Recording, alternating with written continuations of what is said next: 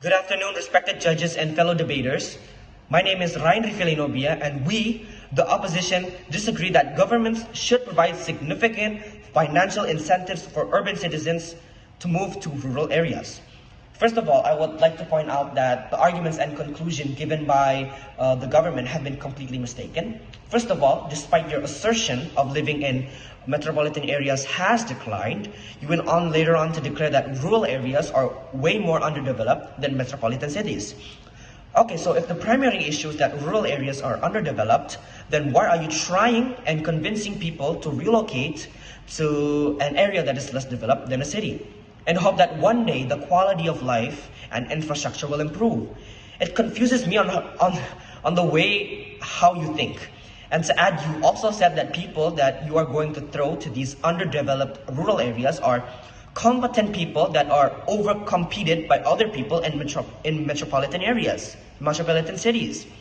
It seems contradictory to encourage competent individuals to move to underdeveloped rural areas while acknowledging the lack of infrastructure and quality of life in those rural areas. Pointing out that those competent individuals have higher levels of education than those living in rural areas. We believe that placing these individuals in areas where the majority of people lack access to education will inevitably lead to gaps and inequality in the economic sector and make it even way more difficult for residents of those areas to apply for a job, because then automatically if a whole bunch of people come to one rural area, then automatically the standards of getting a job will be much higher, thus favoring those with higher education, thus making the gap even wider and also making those local residents outcompeted by those competent people. Instead of solving a problem, it creates another cycle of outcompeted people.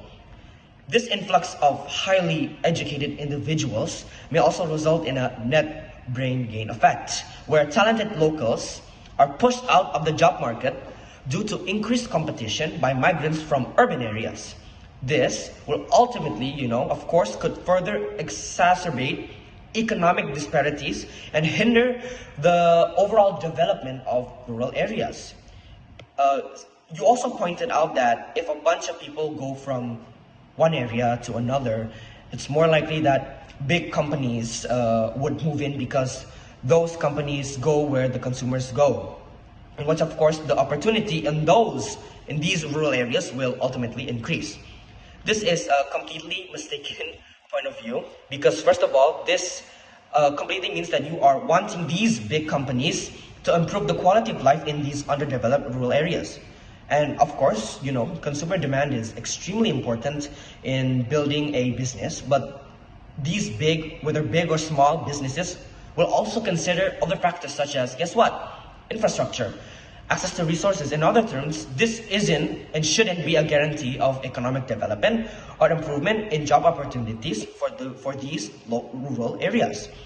I would also love to point out that by, let's say, you put a bunch of companies, competent people in a rural area, well, guess what? The price of living will automatically, such as daily groceries, paying the electricity bill, will automatically go up through the roof, putting even more burden on those local residents with limited skills and education. And I would love to add that it appalls me, to see that you haven't taken notice of the social cultural effects. Incentivizing urban citizens to move to rural areas may disrupt existing social cultural networks within the rural community. Urban immigrants moving to rural areas might find it extremely hard to integrate within the local community because of different norms, different religions, and different traditional beliefs, in which will ultimately may lead to cultural tensions between the two different groups, in which will further the gap and add a new problem from being an economic problem to to become a cultural problem. You see, back in 2001, the Indonesian government gave financial incentives by providing land, houses, cash, and businesses to the Maduran people, so that they could move to those rural areas in the rural areas of Sampit, Kalimantan. And guess what? This led to a shockingly ethnic cleansing between the two, in which killed more than around 500 to 1,000 Maduryan people. This was mainly caused by the tensions between the Maduryan people and the rural residents of Sampit, in which escalated due to the economic disparities and competition for control. No prosperous utopian society was established over there. So, you see, you're starting to see that the points that you have been pointing out several times are completely unrealistic. The solution is not to pay and move these people to rural areas in hopes that one day a big company will save them and provide for them. Since when? The people will always be, whether that you're living in a rural, in a metropolitan area, it's a matter of a government. Why leave your responsibility and throw it to another place?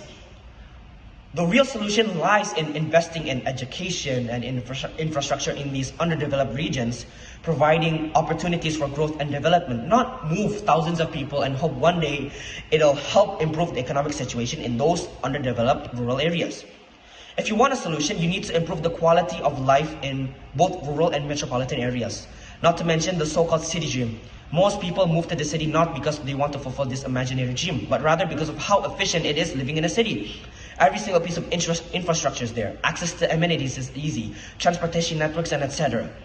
You are attempting to resolve one issue by introducing another problem with the hope that the initial problem will disappear. The solutions that you are providing isn't a long-term solution, but it's rather a long-term heading towards a dystopian society. That's all from me, and thank you very much.